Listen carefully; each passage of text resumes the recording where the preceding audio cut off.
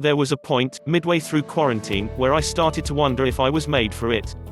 I'm used to alone time in abundance. I spent 7 years living on my own. And I know firsthand that loneliness and being alone are two different things, and that the presence or absence of other people isn't necessarily tied to the emotional state. Still, as the time in lockdown stretched on, I braced myself for the wave of loneliness to hit. Strangely, it never did. I'm not saying I've been enjoying this time. I'd do some terrible things for a carefree dinner out right now, but for the most part, I've been doing okay without in-person socializing. I'm bored. I'm anxious. But I'm not terribly lonely. Some people, it turns out, really are less susceptible to loneliness while alone. Or, more specifically, some people have already been living the conclusion of a recent study, that spending time with other people isn't the only way to feel a sense of belonging. And while the country may be inching toward reopening right now, the warnings of new spikes, second waves, and returns to lockdown mean all of us would benefit from getting to know the alternatives. The study, published in the journal Self and Identity, found that so-called non-traditional social strategies, such as playing with a pet, eating comfort foods, listening to music, watching TV, or even following celebrities on social media, can be legitimate sources of social satisfaction.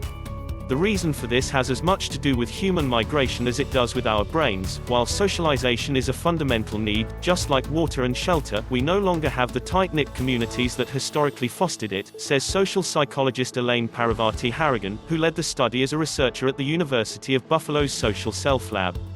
As our society has evolved and changed, we have evolved the ways our needs get met. We've adapted to find connection where we can. Watching Friends can make you feel like you, too, are settling into the sofa at Central Perk. Cooking up your grandmother's lasagna recipe can feel like a moment of bonding, even if you're the only one in the kitchen. In fact, Parvati-Harrigan and her co-authors found that people who turn to these non-traditional strategies aren't any lonelier, less happy, or less fulfilled than those who rely on traditional social sources. The same activities won't have the same effect for everyone.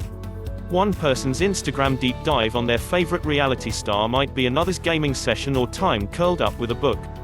The key is to find whatever works for you, both to keep you feeling socially fulfilled and to beat back feelings of loneliness that may have already taken hold.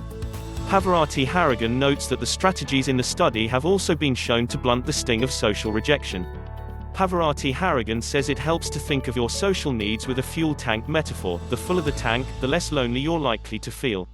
When our options for filling it with normal socialization are limited, relying on alternative sources can help you make up some of the difference. This is reassuring in the midst of social isolation, and it may also come in handy when alone time is in short supply once again.